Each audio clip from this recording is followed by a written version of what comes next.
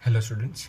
आज का जो टॉपिक है वो है प्लांट ग्रोथ रेगुलेटर्स। ठीक है, पीजीआर। ठीक है, तो ये पीजीआर वो उसी की बात है जो प्लांट के अंदर जो हॉर्मोन्स है उसको उसको हम क्या कहते हैं, फाइटो हॉर्मोन्स। ठीक है, तो उसका अगर हम बेसिकली बात करें, they are simple compound.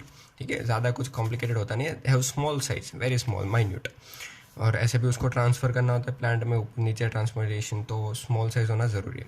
And site of production and the site of effect can be different. अब हार्मोन का आपको पता है कि कहीं और पे सिक्रेट होते हैं और कहीं और जाके उसका इफेक्ट या फिर उसका काम होता है। ठीक है, हार्मोन्स और एंजाइम्स में एक सबसे बेसिक डिफरेंस याद रखना कि hormones will always get used.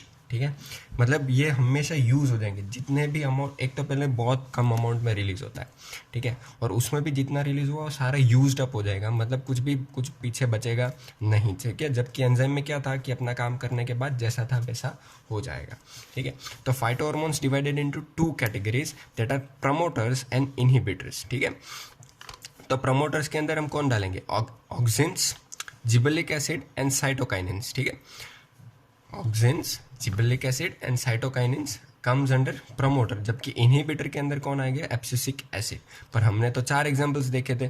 ठीक है, तो एक और एग्जांपल है जो है इथिलीन। तो इथिलीन क्या करता है, ये दोनों promoter as well as inhibitor दोनों की तरह काम करता है। ठीक है, तो पहले तो देख लेते हैं कि फाइटो हार्मोन्स या फिर हार्मोन्स प्लांट ग्रोथ रेगुलेटर्स किस किस चीज़ से बनते हैं, और उसी के बेसिस पे इसको अलग अलग क्लासीफाई किया। अपने नाम से थोड़ा बहुत तो पता चल गया होगा। ठीक है, तो सबसे पहले अगर हम कैटेगराइज करते हैं on the basis of the composition of the hormone, तो फर्स्ट हमारा कैटेगरी है इंडोल कंपाउंड। इंडोल जिसके अंदर प्रेजेंट होगा, ठीक है, तो उसको हम कहेंगे IAA। आपको कभी कभी ये देखने को मिलेगा, IAA is indole acetic acid. ठीक है, और इसका सबसे बेसिक एग्जांपल है ऑक्सिन। ठीक है, जो क्या है, प्रमोटर, हेल्प्स इन प्रमोशंस। चलो, तो ये हो गया इंडल कंपाउंड जिसके अंदर प्रेजेंट हो उसको कहेंगे indole acetic acid, and example हो गया हमारा ऑक्सिन। सेकेंड कंपोजिशन जिसमें प्यूरिन डेरिवेटिव्स है। ठीक है, जिसमें काइंड ऑफ प्यूरिन डेरिवेटिव्स है, काइनेटिन्स या फिर साइटोकाइनिन्स भी बोल सकते हो। ठीक है, जिसमें क्या हो, प्यूरिन नाइट्रोजन बेस है, हमें पता है, तो इसके बेसिस पे साइटोकाइनिन्स को अलग किया। फिर थर्ड है जिसमें कैरेटिनोइड कंपाउंड्स हो, composition is an carotenoid, example abscisic acid. ठीक है, ABA। फिर आएगा टर्पिन्स डेरिवेटिव। टर्पिन्स आपको पता है, हमने बायोमोलिक्यूल्स में देख रखा है, उसके जो डेरिवेटिव से बनता है वो उसका एक और कैटेगरी बनता है, और जिसका एग्जांपल है जिबलिक एसिड। और एक लास्ट और सबसे एक ही one and only gaseous form of the phytohormones is ethylene. ठीक है, तो गैसियस फॉर्म में होता है, एग्जांपल इज इथिलीन। ठीक है, चलो अब ऑक्सिन के बारे में पहले आज हम बात करेंगे, जितना हो सके उतना कवर करने की कोशिश करेंगे। तो discoveries of all the PGRs were accidental. सारे के सारे जितने भी PGRs, हम प्लांट ग्रोथ रेगुलेटर्स की बात करें, वो सारे के सारे एक्सीडेंट, मतलब काम कुछ और कर रहे थे, मिल कुछ और गया, वैसी बात है। ठीक है, तो उसमें सबसे पहले हम किसकी बात करेंगे, ऑक्सिन्स की। ठीक है, तो हम स्टेप बाय स्टेप सारी चीज़ें देखेंगे, इसका फंक्शन देखेंगे, किस किस ने डिस्कवर किया, क्या क्या डिस्कवर किया, क्या क्या चेंजेस देखने को मिले। ठीक है, चलो, तो all started after the observation. यहाँ पे याद रखना, ये चीज़ को नोटिस करना, observation by the Charles Darwin and the son of the end his son, उसी का सन फ्रांसिस डार्विन, ये दोनों ने ऑब्जर्वेशन किया था। पर इसके समय पे इसको कुछ ऐसा पता नहीं था कि ऑक्सिन कुछ हार्मोन भी होता है, कि ऐसा कुछ केमिकल कंपाउंड है जो ऐसा कुछ काम, बस इन्होंने ऑब्जर्व किया था। पर क्या ऑब्जर्व किया था, तो ऑब्जर्वेशन वाज कोलियोप्टाइल, जो होता है ना वो इन प्लांट के आगे जो ग्रो हो रहा है, coleoptile of the canary grass, ठीक है, was exposed to the unilateral light and shows bending towards the light। अब आप देख रहे हो कि नॉर्मल प्लांट था, एक ही साइड से हमने इसको लाइट दिया, तो ये प्लांट ने इस तरफ राइट साइड की तरफ ग्रो करना चालू किया। मतलब इन लोगों ने ऑब्जर्व किया, क्या ऑब्जर्व किया, कि प्लांट लाइट को रिस्पॉन्ड कर रहे हैं। क्या, कैसे रिस्पॉन्ड कर रहे हैं, towards the bending towards the light, या फिर जहाँ से सोर्स ऑफ लाइट आ रहा है उस तरफ वो बेंड कर रहे हैं। ठीक है, पूरा का पूरा प्लांट या फिर कोलियोप्टाइल धीरे धीरे उस तरफ बेंड हो रहा है। तो ये उन्होंने ऑब्जर्व किया था, तब उनको पता नहीं था रीजन क्या है। तो कंक्लूजन क्या था इनका, this coleoptile have a chemical which perceives या फिर perceives the light. Later it was found that it was auxin. बाद में पता चला कि ये केमिकल कौन सा है, ऑक्सिन है, जो लाइट को रिस्पॉन्ड कर रहा है। ठीक है, अब बात करते हैं साइंटिस्ट की। अलग अलग साइंटिस्ट ने अलग अलग काम किया है इस ऑक्सीजन के ऊपर, ठीक है। तो शुरुआत से देखते हैं।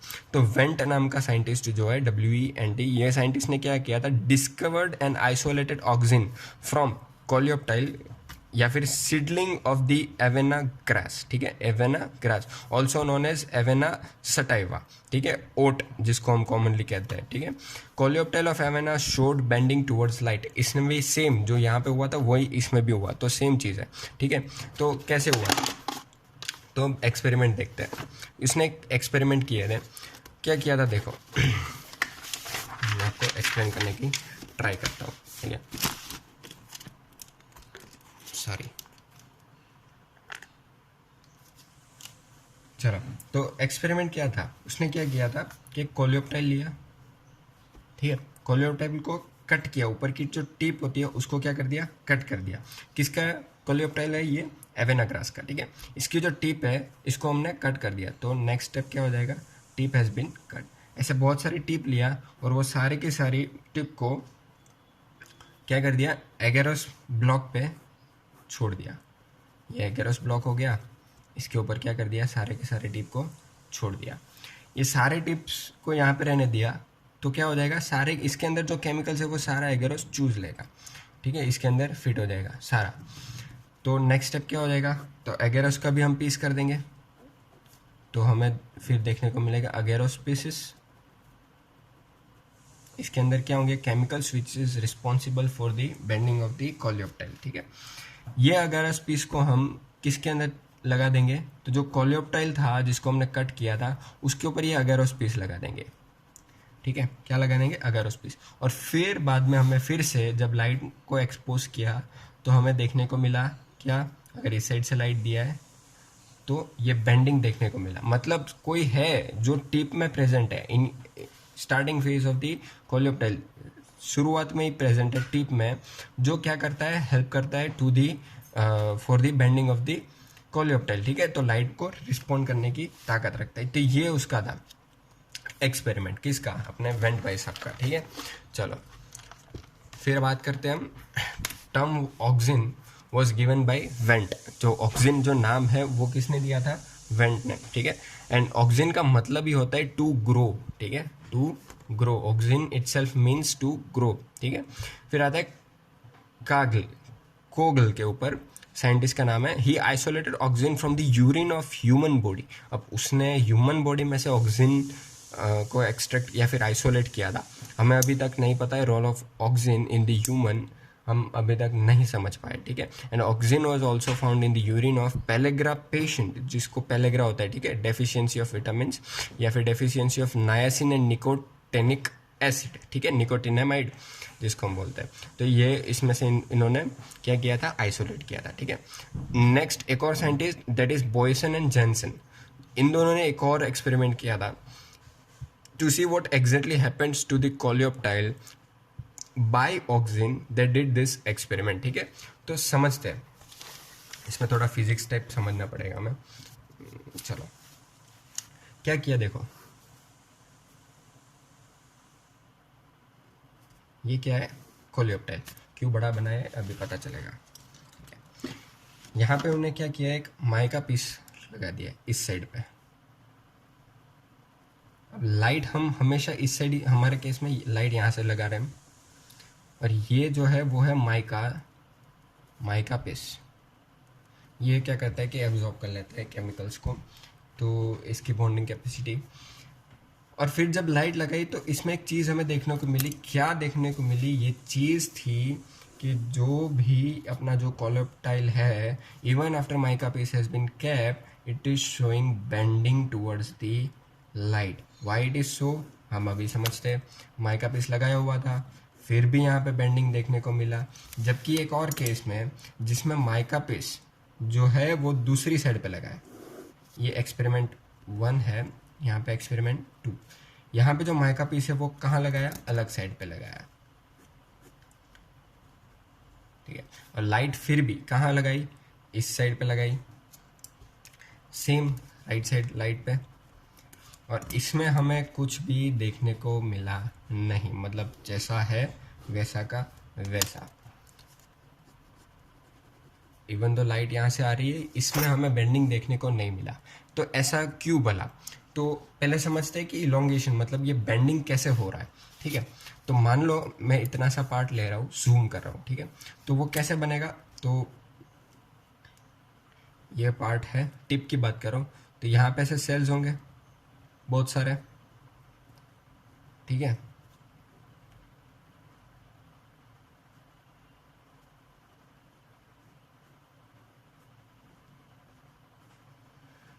अब इस टिप को इस तरफ बेंड होना है, right, towards the right side bend होना है।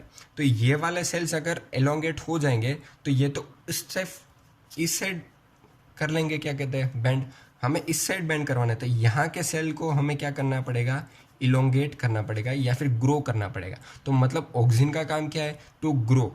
तो ग्रो करवाना किस साइड के सेल को? इस साइड के, ताकि ये ज़्यादा ग्रो हो, ये कम ग्रो हो। तो बेंड अपने आप किस तरफ हो जाएगा? क्योंकि इस साइड पे कम बेंड ग्रो हो रहा है, इस साइड पे ज़्यादा हो रहा है, ज़्यादा हो रहा है, तो ये अपने आप इसको इस साइड बेंड करने के लिए फोर्स करेगा, ठीक है। आपने देखा होगा वो सर्कल में, ठीक है, जो इस सेंटर की तरफ जो अगर कोई एथलेटिक खड़ा है तो उसको ज़्यादा दूर खड़ा रखा जाता है और इसको ज़्यादा नज़दीक लाइन के, ठीक है। तो ये क्या हो जाएगा? अपने आप डिस्टेंस इक्वल हो जाएगा, तो जाके ये बेंड करेगा। See, it is also bending, it is also bending. तो अब आते हैं हमारे एक्सपेरिमेंट पे। यहाँ पे क्या हुआ? इसको यहाँ से इस साइड से लाइट दी जा रही है, तो it should be bend towards this side.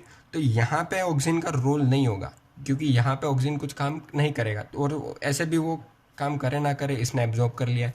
पर दिस साइड कुछ एब्जॉर्ब नहीं किया है, यहाँ पे ऑक्सीजन अपना काम करेगा। ऐसे भी उसको करना भी है, क्योंकि लाइट इस साइड आ रहा है तो बैंड इसको इस साइड करना है। तो यहाँ पे सारे जो सेल्स है उसने ऑक्सीजन को रिस्पॉन्ड किया और this helped in bending. But what in this case? Light same इसी साइड से है, तो ऑक्सीजन जो काम करना चाहिए वो इधर करना चाहिए, but instead of they are able to work, they has been absorb by this mica page.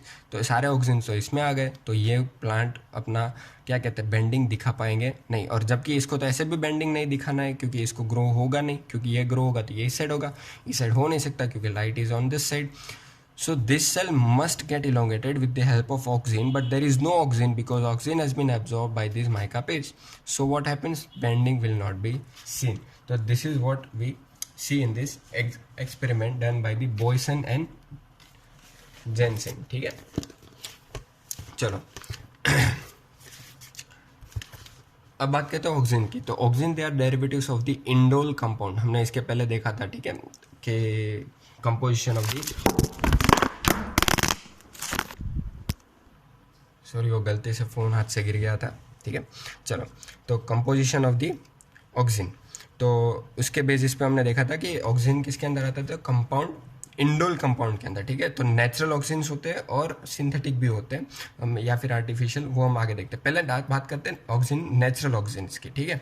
तो इसके अंदर दो एग्जांपल है, एक है IAA and second is IBA, ठीक है। IA is indole acetic acid and जबकि IBA is indole butyric acid, ठीक है। और ये दोनों को दोनों किस में पाए जाते हैं? प्लांट्स के अंदर, ठीक है। ये नेचुरल ऑक्सीजन की बात हो रही है, ठीक है। ऑक्सीजन एक ही टाइप के नहीं होते, दो और डिफरेंट टाइप्स के ऑक्सीजन होते हैं, उसमें से हमने नेचुरल के दो एग्जाम्पल्स देखे। अब बात करते हैं सिंथेटिक ऑक्सीजन की। तो सिंथेटिक ऑक्सीजन के तीन एग्जाम्पल है, NaA, 2,4-D एंड 2,4,5-T, ठीक है। NaA is naphthalene acetic acid, 2,4-D 2,4-dichlorophenoxyacetic acid, and 2,4,5-T, that is T stands for trichloro and D stands for dichlorophenoxyacetic acid. So these are synthetic oxygen, ठीक है। Again दो term और oxygen के साथ direct related है, that is free oxygen and bound oxygen. तो free oxygen क्या हो जाएंगे? Free oxygen terms given to easily isolated या फिर एक्सट्रैक्टेड ऑक्सीजन, जो ऑक्सीजन हम आसानी से कोई भी माथाकुट किए बिना आसानी से आइसोलेट कर सकते हैं या फिर एक्सट्रैक्ट कर सकते हैं, उसको हम कहेंगे फ्री ऑक्सीजन। जबकि bound oxygen are not easily isolated और एक्सट्रैक्टेड और can be extracted using organic solvent. उसके लिए अगर आपको उसको आइसोलेट या फिर एक्सट्रैक्ट करना है तो आपको स्पेशली ऑर्गेनिक सॉल्वेंट्स चाहिए होंगे, ठीक है। अब आते हैं एक और term, that is antioxidant. Antioxidant इसको बोला जाता है given to those chemicals who stop actions of oxygen और अगेंस्ट ऑक्सीजन एक्शन। दोनों सेम बात हुई कि आप एक ऑक्सीजन का काम है प्रमोट करना, उसको स्टॉप करवा रहा है कोई भी रीज़न से, ठीक है। वो कुछ भी रीज़न हो या फिर कोई भी केमिकल हो जो ऑक्सीजन को अपना काम करने से रोक रहा है, दैट इज़ एंटी ऑक्सीजन, या फिर इनहिबिट भी कर सकता है, ठीक है। तो ये हमारा पार्ट आज का हो गया ऑक्सीजन का।